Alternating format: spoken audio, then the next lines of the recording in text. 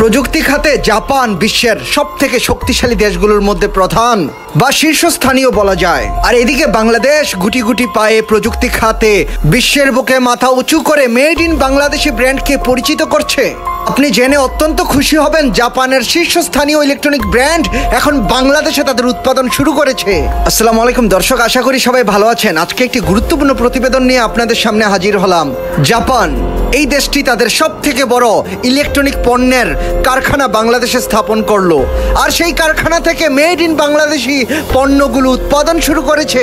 এটি খালি চোখে শুধুমাত্র একটি কারখানা মনে হলেও এটি বাংলাদেশের শিল্প খাতের এক নতুন বিপ্লবের সূচনা। আর বাংলাদেশের এই বিরাট সাফল্য দেখে ভিয়েতনাম আর ভারত কেন টেনশনে? জাপান বাংলাদেশের এই প্রকল্প থেকে কতটা লাভবান হবে বাংলাদেশ?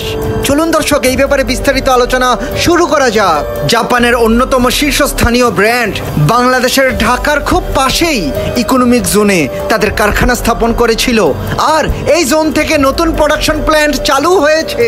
এই কোম্পানিতে জাপান বাংলাদেশে বিনিয়োগ করেছে 150 মিলিয়ন মার্কিন ডলার। এখান থেকে made in Bangladeshi LED TV, home accessories এবং স্মার্ট ইলেকট্রনিক্স ডিভাইস তৈরি করছে। জাপান বাংলাদেশের এই বিশাল বড় ইন্ডাস্ট্রি থেকে বাংলাদেশের প্রত্যক্ষ এবং পরোক্ষভাবে প্রায় 13,000 মানুষের কর্মসংস্থান হয়েছে। দর্শক, আপনি জেনে অত্যন্ত খুশি হবেন, জাপান বাংলাদেশের এই ফ্যাক্টরি থেকে যে পণ্যগুলো উৎপাদিত হবে সেগুলো চলে যাবে ভারত, নেপাল, শ্রীলঙ্কার মতো বাজারে। বাংলাদেশ বিপুল অর্থের রপ্তানি করতে চায় এই কোম্পানি থেকে।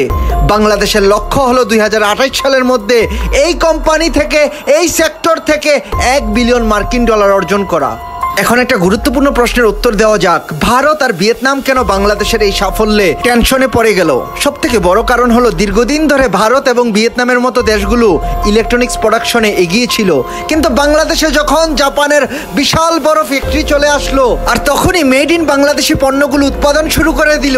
মেড ইন বাংলাদেশি পণ্যগুলো শ্রীলঙ্কা এবং নেপালের মতো বাজারে বিপুল অর্থের রপ্তানি শুরু করে দিয়েছে। ভিয়েতনাম এবং ভারতের বোঝার বাকি রইল না, বাংলাদেশ গ্লোবাল সাপ্লাই চেইনে একটি শক্তিশালী অবস্থান তৈরি করছে।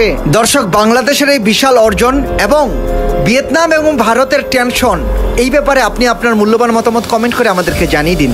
এরকম আরো ভালো ভিডিও নিয়মিত পেতে আমাদের চ্যানেলটি এখনই সাবস্ক্রাইব করুন। ভিডিওটি ভালো লাগলে লাইক করুন এবং আপনার পছন্দের মানুষের সাথে এই ভিডিওটি শেয়ার করুন। আজকের মতো এতটুকুই থাক। আল্লাহ হাফেজ।